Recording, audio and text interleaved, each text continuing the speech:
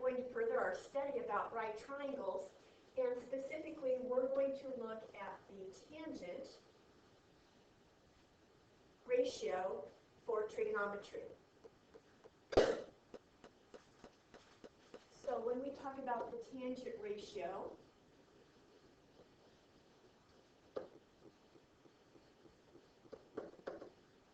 we are comparing two sides. The side that is opposite my reference angle to the side that's adjacent.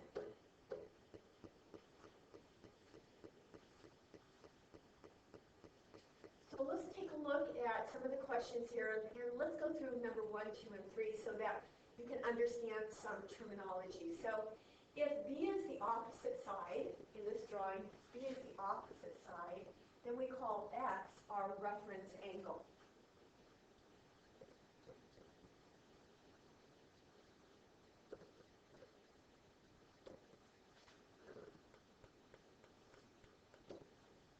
If Y is the reference angle,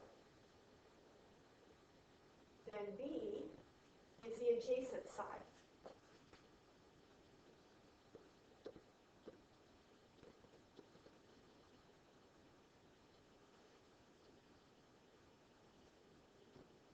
If X is the reference angle, then B is the opposite side.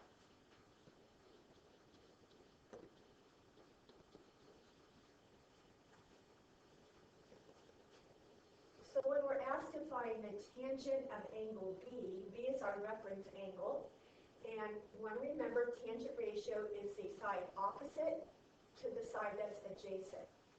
So the side opposite angle B is 2. The side adjacent to angle B is also 2. So the tangent of B is equal to 1.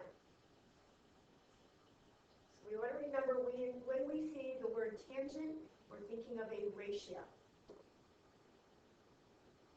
My reference angle in number 6 is angle C. The side opposite angle C is 25.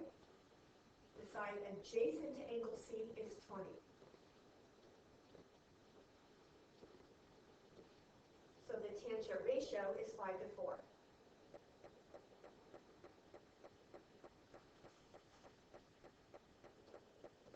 In number 8 and number 10, we're going to use a calculator to approximate the tangent ratio. So the first tangent ratio is 30 degrees. So I'm going to begin by selecting the tangent key, typing in 30 degrees. It's a good habit to get into closing your parentheses, and then hit enter. And we're going to round this off to 0.58.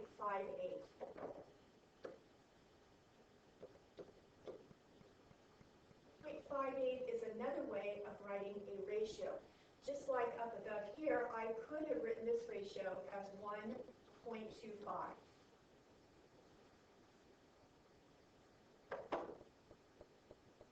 The tangent of 60 degrees has a ratio of 1.7, approximately.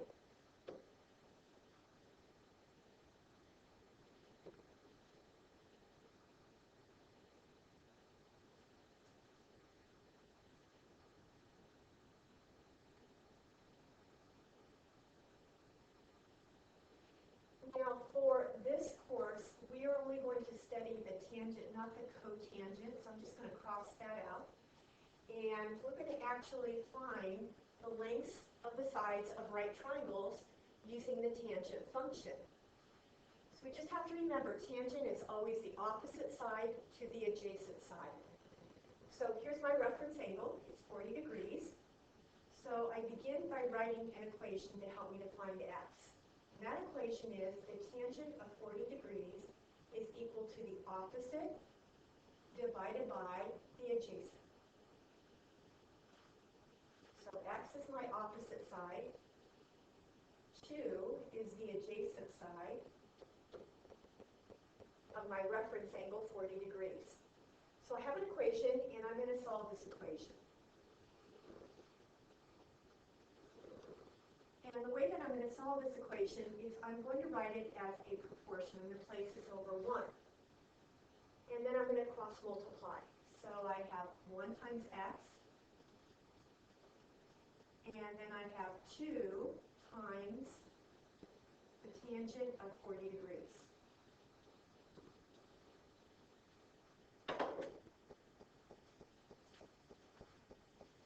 So x is equal to 2 times the tangent of 40 degrees, which is about 1.7.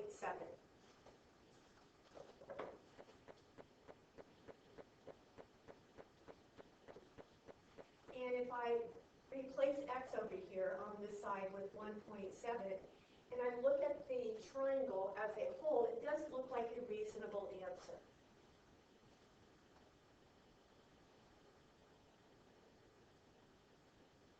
All right, number 14, I need an equation to help me to find x. Using my reference angle 20 degrees, I can say the tangent of 20 degrees is the opposite side divided by the adjacent side.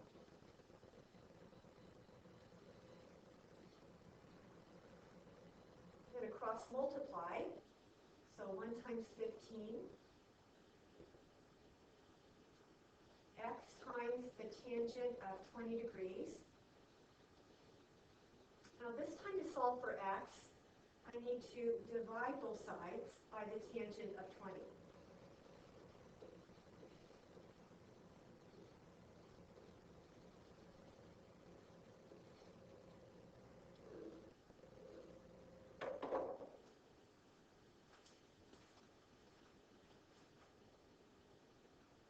So I'm going to take 15 and divide it by the tangent of 20 degrees.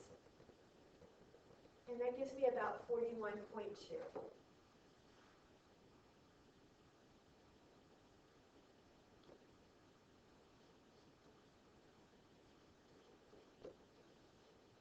And if I go back up here to my drawing, and I look at the triangle as a whole, it does seem reasonable. This is a very small angle, and so you can see that the diagram is not drawn to scale, but it does seem reasonable that the adjacent side is 41.2.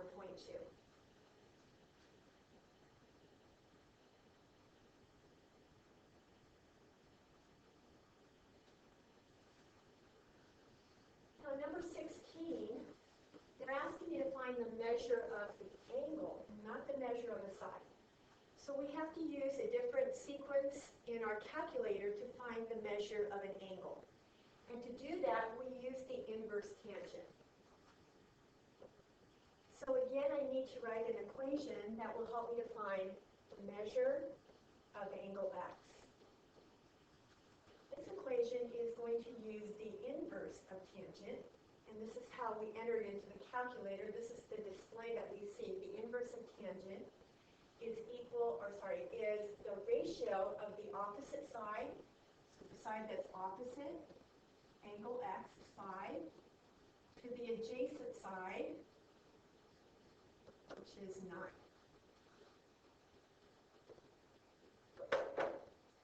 So to find the measure of an angle and to find the inverse tangent, I begin by selecting second and then tangent.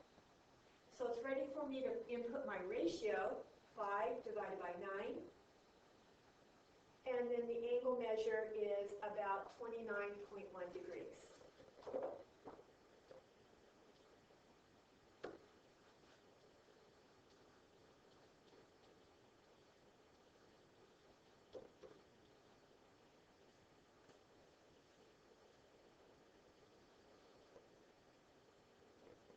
So in number 18, I'm going to write another equation to help me to find the measure of angle x.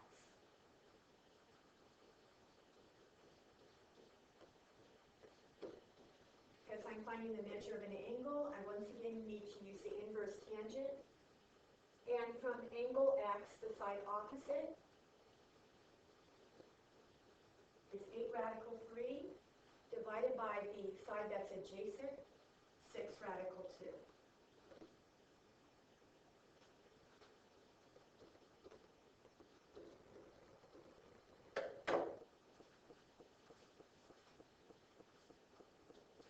And I hope is to find this approximate measure for angle x, the first thing we're going to do is we're going to simplify 8 radical 3, and we're going to simplify 6 radical 2.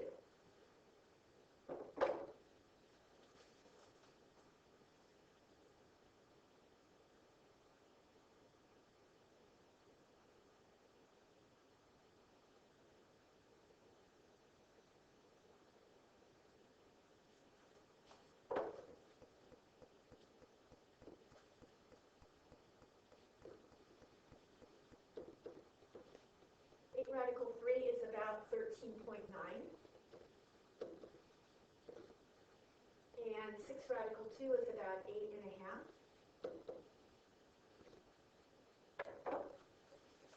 So now I can do my second function, tangent. 13.9 divided by 8.5. And we get approximately 58.6 degrees.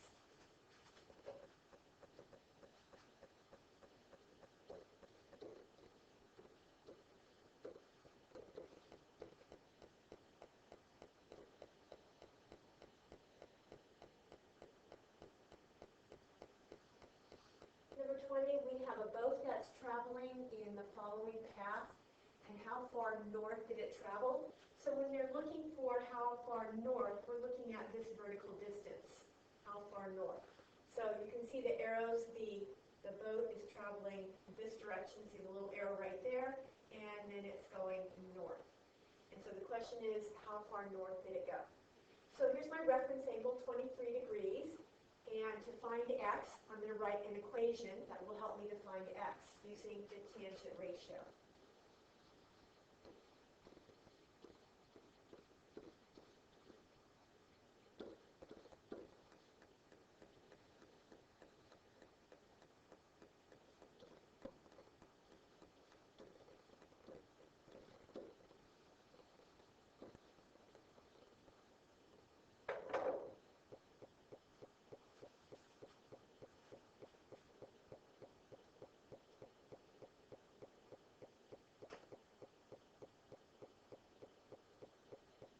And we get about 19.1 miles.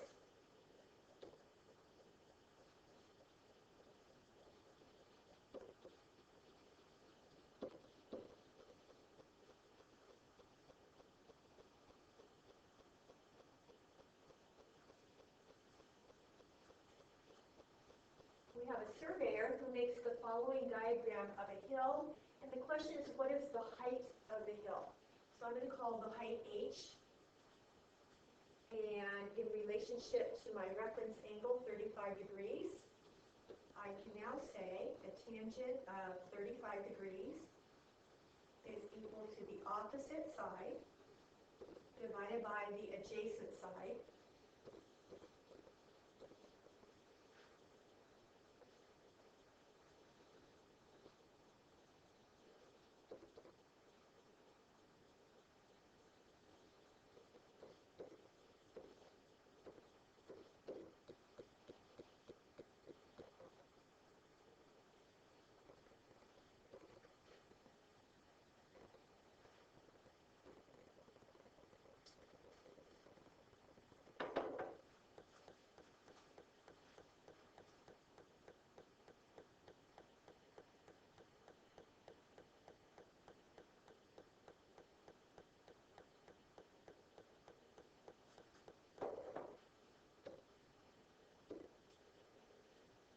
So we have found the height to be about 1,715 and a half feet.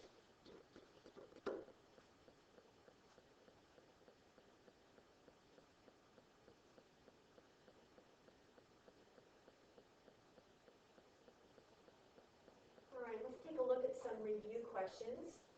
We're going to recall the relationship of the side lengths of a 30, 60, 90 right triangle. And in this particular 30, 60, 90, I'm given the short leg. To find the long leg, multiply by radical 3.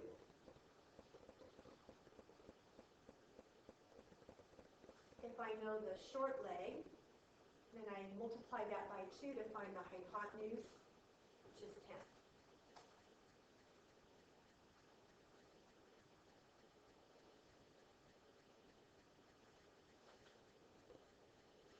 And we're going to practice another proof. And this time I'm proving that the two triangles in the diagram are congruent. So let's take a look at the given. We know that segment RO is perpendicular to segment MP, which means that it forms right angles. So we have a pair of angles that are congruent. We also know that segment MO is congruent to segment OP. So we have a pair of sides that are congruent. So I need one more thing to prove that these two triangles are congruent. And what I notice is that both triangles share a common side, segment RO. So that gives me another pair of sides. So I have two congruent triangles. So let's write our proof.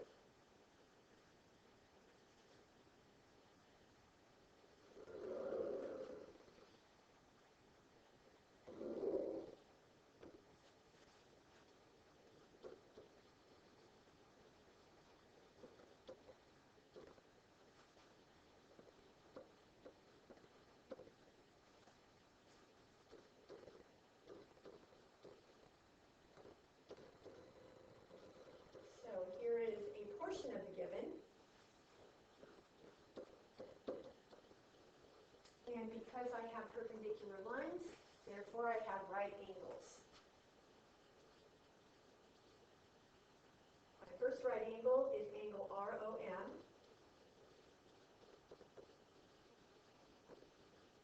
And the second right angle is angle ROP.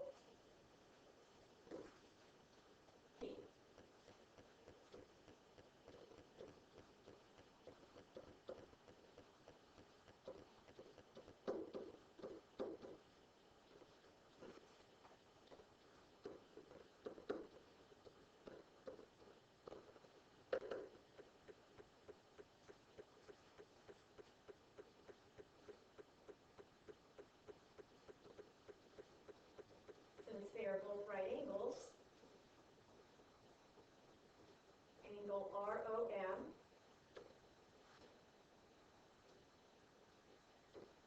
is congruent to angle ROP.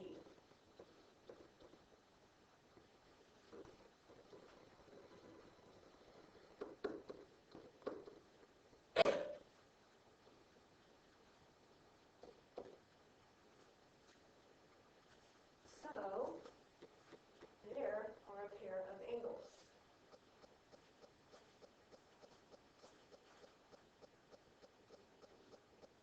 Also in the given, segment MO is congruent to segment OP.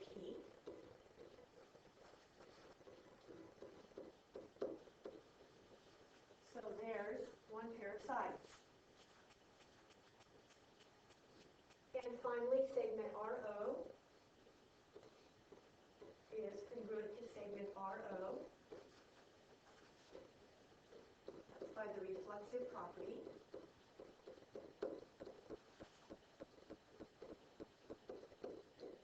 And there's my last pair of sides. So I can conclude a triangle MRO is congruent to triangle PRO.